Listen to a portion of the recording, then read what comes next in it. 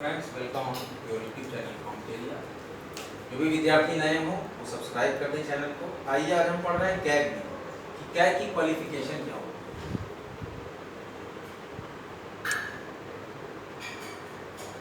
है, एबिलिटीज क्या होती है, कैग होने के लिए क्या योग्यताएं आपको चाहिए। हम पढ़ रहे हैं कैग के बारे में। संविधान में योग्यता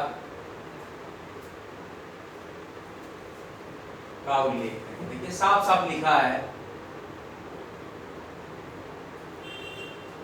संविधान में योग्यता का उल्लेख नहीं, संसद द्वारा, ध्यान से सुनिएगा मेरी बात, संसद द्वारा कानून बनाकर योग्यता का निर्धारण किया गया है। ये बात मेरी याद रखिएगा।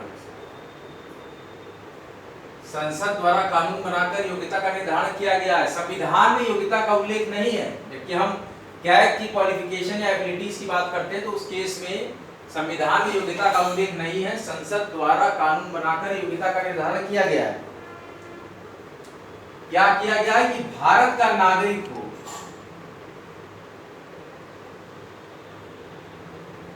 भारत का नागरिक हो,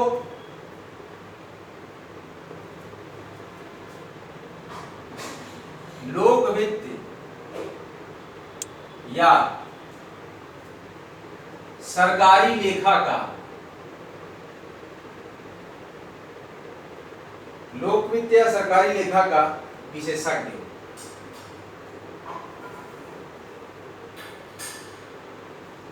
या न्यूनतम 10 वर्ष तक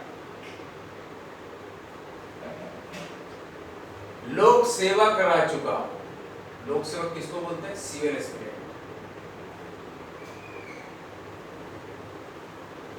आईएएस, पीसीएस, ये सब क्या है? लोक सेवक। लोक सेवा आयोग से जिसकी नियुक्ति होती है, लोक सेवक। एबिलिटीज क्या है? कहती कि संविधान में योग्यता का उल्लेख नहीं है, संसद द्वारा कानून बनाकर योग्यता का निर्धारण किया गया है। पहली योग्यता क्या होती है कि भारत का नागरिक हो, लोक वित्त या सरकारी लेखा का विशेषज्ञ हो, या न्यूनतम 10 वर्ष तक लोक सेवक रह चुका हो। इनकी पद विमुक्ति क्या होती है? किस केस में इसको पद विमुक्त किया जाता है पदाधिकारियों को? सुप्रीम कोर्ट के न्यायाधीश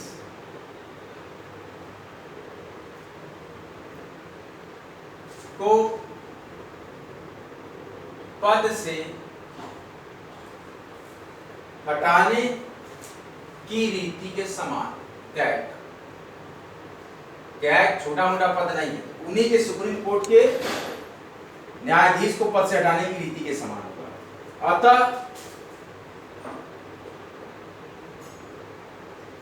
संसद के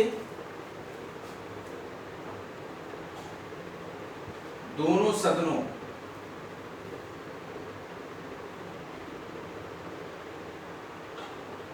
द्वारा विशेष, अतः संसद के दोनों सदनों द्वारा विशेष बहुमत के साथ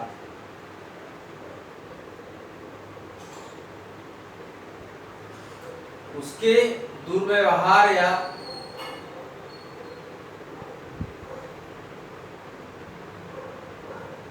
अयोग्यता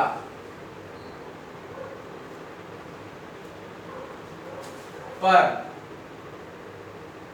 प्रस्ताव पास करके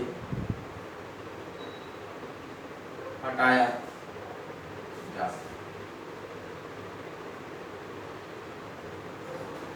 पद विमुक्ति कैसे होती है कैग की? कि सुप्रीम कोर्ट के न्यायाधीश को पद से हटाने की रीति की ही तरह वही रीति अपनाई जाएगी कैग के लिए भी, और संसद के दोनों सदनों द्वारा विशेष बहुमत के साथ उसके दुर्व्यवहार या अयोग्यता पर प्रस्ताव पास करके हटाया जा सकता है। CAG, controller and auditor general. इनका वेतन क्या होता है? कैग का, कैग की सैलरी क्या होती है? वेतन सुप्रीम कोर्ट के न्यायाधीश, देखिए पावर कितनी है, सुप्रीम कोर्ट के न्यायाधीश के बराबर वेतन, बराबर सैलरी होती है। वेतन भत्ता, वेतन भत्ता व पेंशन भारत की संचित निधि पर भारित होती है।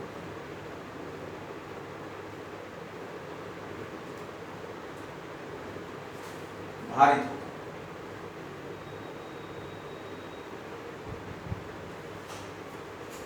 कैग की एबिलिटीज क्या, योग्यता क्या है कि संविधान में योग्यता का उल्लेख नहीं है। संसद द्वारा कानून बनाकर योग्यता का निर्धारण किया गया है। वो भारत का नागरिक हो, लोक वित्त या सरकारी लेखा का विशेषज्ञ हो, या न्यूनतम 10 वर्ष तक लोक सेवक रह चुका हो, न्यूनतम 10 वर्ष तक लोक सेवक रह चुका हो। पद विमुक्ति कैसे होती है, पद से हटाया जाना, कि सुप्रीम कोर्ट के न्यायाधीश को पद से हटाने की विधि के ही समान, इसलिए संसद के दोनों सदनों द्वारा विशेष बहुमत के साथ उसके दुर्व्यवहार या अयोग्यता पर प्रस्ताव पास करके कैग को हटाया जा सकता है। और कैग का वेतन क्या होता है, सुप्रीम कोर्ट के ही न्यायाधीश के बराबर वेतन मिलता है कैग को। वेतन भत्ता और पेंशन, वेतन भत्ता और पेंशन भारत की संचित निधि पर भारित होता है।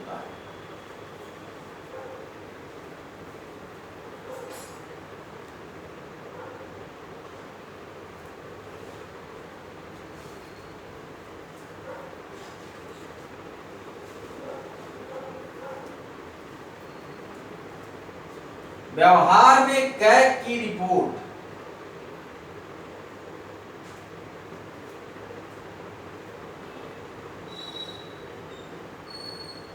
भ्रष्टाचार रोकने, क्यों इसका यूज होता है, व्यवहार में कैग की रिपोर्ट भ्रष्टाचार रोकने का प्रमुख साधन।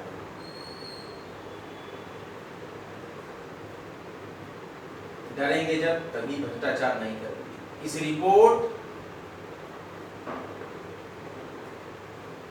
के आधार पर,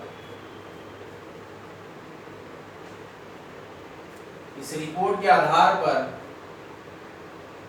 न्यायालय में कार्यवाही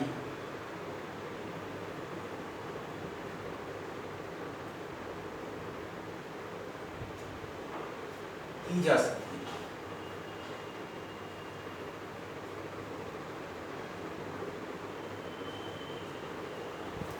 व्यवहारिक तरीके से देखें तो कंट्रोलर एंड ऑडिटर जनरल की रिपोर्ट भ्रष्टाचार रोकने का प्रमुख साधन है, और इस कंट्रोलर एंड ऑडिटर जनरल की रिपोर्ट के आधार पर न्यायालय में कार्यवाही की जा सकती है। मतलब माना जाता है कि इनकी रिपोर्ट अगर सही है तो व्यक्ति साफ सुथरा है, अगर इनकी रिपोर्ट उस व्यक्ति के खिलाफ गलत है, उसके बिजनेस के खिलाफ गलत है, उसके द्वारा भ्रष्टाचार किया गया है, पैसे की चोरी की गई है, टैक्स की चोरी की गई है, तो न्यायालय में आप केस फाइल कर सकते हैं। गवर्नमेंट डिपार्टमेंट केस फाइल करके उस व्यक्ति के विरुद्ध उसको निरुद्ध कर सकता है कि आपने टैक्स की चोरी की है या फला चोरी की है।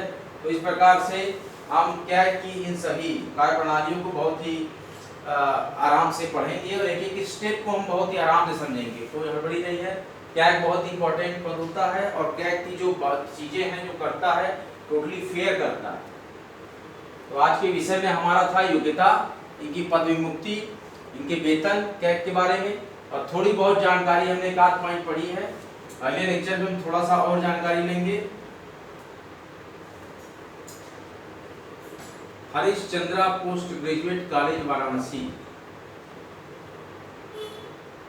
LLB की last counselling, last day counselling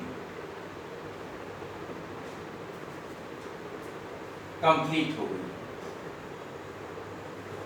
और जो कट ऑफ्स आ रही हैं 28 नंबर आपका LLB के लिए है, जो कि हरिश्चंद्र पोस्ट ग्रेजुएट कॉलेज से पहले पढ़े हुए भूतपूर्व छात्र हैं, और 38 नंबर जो कट ऑफ आई है ये आई है जो कि अदर कॉलेज के छात्र हैं जो कि यहाँ पे LLB में एडमिशन लेना चाहते हैं। तो 28 और 10 नंबर आपका कॉलेज का कोटा हरिश्चंद्र जुड़ जाएगा 38, ये 38 है, लेकिन 28 ही पाएंगे। हरिश्चंद्र के भूतपूर्व छात्र अगर एलएलबी एंट्रेंस में हैं तो उनको भी 38 मिल जाएगा, 10 नंबर का कोटा मिलता है हरिश्चंद्र को। तो ये महत्वपूर्ण अपडेट थी हरिश्चंद्र महाविद्यालय वाराणसी के एलएलबी किया लास्ट 9 सितंबर 2023। ये आपका एलएलबी का लास्ट काउंसलिंग थी। तो 6, 7, 8, 9 और 6 तारीख से MGKVP की भी एलएलबी की काउंसलिंग चल रही थी, उसके भी कट ऑफ्स वगैरह और जो भी एडमिशन थे कंप्लीट हो गए हैं। MGKVP में बहुत सी काउंसलिंग्स चल रही हैं और खूब एडमिशन हो रहा है। जो भी बच्चे पढ़े हो भरे जो MGKVP के PG कोर्सेज की भी काउंसलिंग स्टार्ट हो गई है, उसमें आप शामिल हो सकते हैं। अपना वेबसाइट पे नंबर देख लीजिएगा, आया है कि नहीं आया है, किस कोर्स में आपने अप्लाई किया था। तो ये वाराणसी की कुछ महत्वपूर्ण शिक्षा की अपडेट थी। और अभी जो वैकेंसीज आएंगी उसके बारे में भी मैं आपको बताऊंगा। यूपी का जो पेट एग्जाम होने वाला है UPSSC से पेट, उसकी एग्जामिनेशन डेट 28 और 29 अक्टूबर को फाइनल कर दी गई है। तो जो प्रीलिमिनरी एंट्रेंस टेस्ट देना चाहता है और आगे और भी वैकेंसीज के लिए, तो वो लोग पेट का एग्जाम की तैयारी कर सकते हैं। आज का लेक्चर हम यहीं पे समाप्त करते हैं। वीडियो को लाइक कीजिएगा, शेयर कीजिएगा, कमेंट कीजिएगा, सब्सक्राइब कीजिएगा। जय हिंद, जय भारत।